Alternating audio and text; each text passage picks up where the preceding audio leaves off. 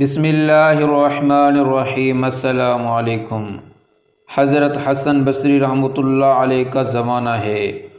آپ کی ایک شاگردہ جو باقاعدہ آپ کا درس سننے آتی تھی، نہایت عبادت گزار تھی۔ اس بیچاری کا جوانی میں خاوند چل بسا۔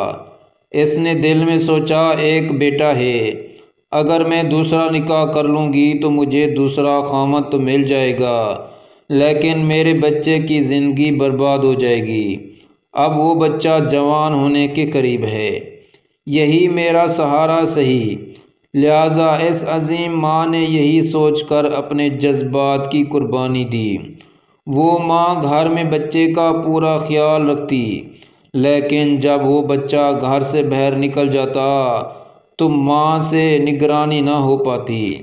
اب اس بچے کے پاس مال کی کمی نہ تھی، اٹھتی ہوئی جوانی بھی تھی۔ یہ جوانی دیوانی مستانی ہو جاتی ہے۔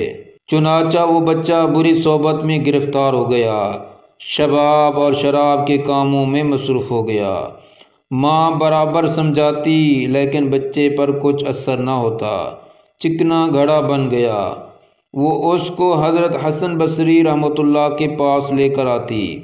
حضرت بھی اس کو کئی گھنٹے سمجھاتے، لیکن اس بچے کا نیکی کی طرف رجحان ہی نہیں تھا۔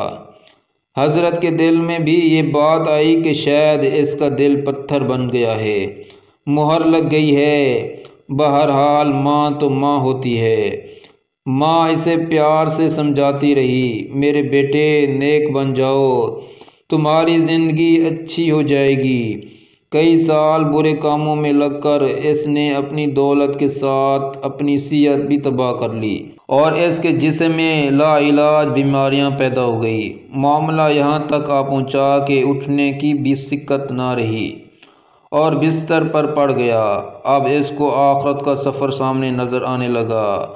ماں نے پھر سمجھایا، بیٹا تو نے اپنی زندگی تو خراب کر لی، اب آخرت بنا لے اور توبہ کر لے۔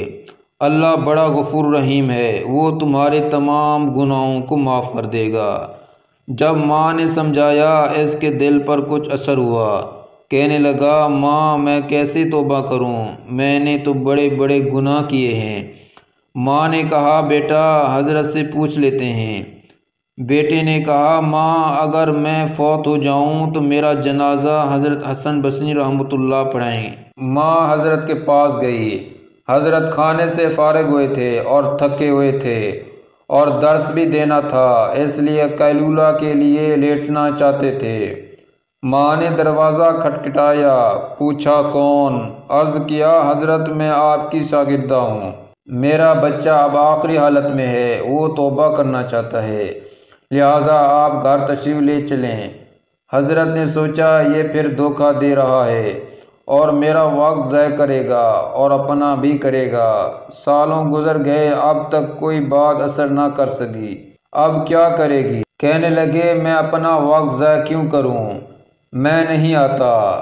ماں نے کہا، حضرت اس نے تو یہ بھی کہا کہ اگر میرا انتقال ہو جائے تو میرا جنازہ حضرت حسن بصری پڑھائے۔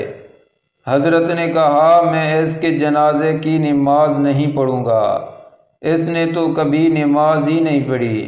اب وہ شاگردہ تھی، چپ کر گئی، روتی ہوئی گھر آ گئی۔ بیٹے نے پوچھا، کیا ہوا؟ ماں نے کہا، ایک طرف تیری حالت، دوسری طرف حضرت نے انکار کر دیا۔ اب یہ بات بچے نے سنی تو اس کے دل میں چوٹ لگی اور کہا، ماں میری ایک وصیت سن لیجیے۔ ماں نے پوچھا، بیٹا وہ کیا؟ عجیب وصیت؟ کہا، امی میری وصیت یہ ہے کہ جب میری جان نکل جائے تو سب سے پہلے اپنا دوپٹہ میرے گلے میں ڈالنا، میری لاش کو کتوں کی طرف صحن میں گھسیٹنا، جس طرح مرے ہوئے کتے کی لاش گھسیٹی جاتی ہے۔ ماں نے پوچھا، بیٹا وہ کیوں؟ کہا، امی اس لیے کہ دنیا والوں کو پتہ چل جائے کہ جو اپنے رب کا نافرمان اور ماں باپ کا نافرمان ہوتا ہے، اس کا انجام یہ ہوا کرتا ہے۔ میری پیاری ماں، مجھے قبرستان میں دفن نہ کرنا۔ ماں نے کہا، وہ کیوں؟ کہا، ماں مجھے اسی صحن میں دفن کر دینا، ایسا نہ ہو کہ میرے گناہوں کی وجہ سے قبرستان کے مردوں کو تکلیف پہنچے۔ جس وقت نوجوان نے ٹوٹے دل سے عاجزی کی یہ بات کہی تو پروردگار کو اس کی یہ بات اچھی لگی۔ روح قبض ہو گئی، ابھی روح نکلی ہی تھی، ماں آنکھیں بند کر رہی تھی تو دروازے پر دستک ہوئی۔ پوچھا کون؟ جواب آیا حسن بصری ہوں۔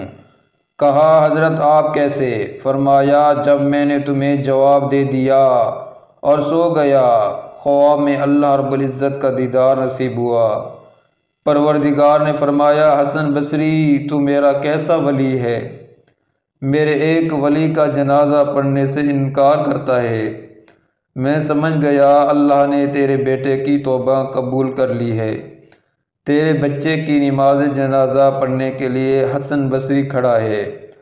اے اللہ تو کتنا کریم ہے کہ مرنے سے چند لمحہ پہلے اگر کوئی بندہ شرمندہ ہوتا ہے تو اس کی زندگی کے گناہوں کو معاف کر دیتا ہے۔ مزید ایسی ویڈیو حاصل کرنے کے لیے ہمارے چینل کو سبسکرائب کریں۔ جزاکم اللہ خیرا۔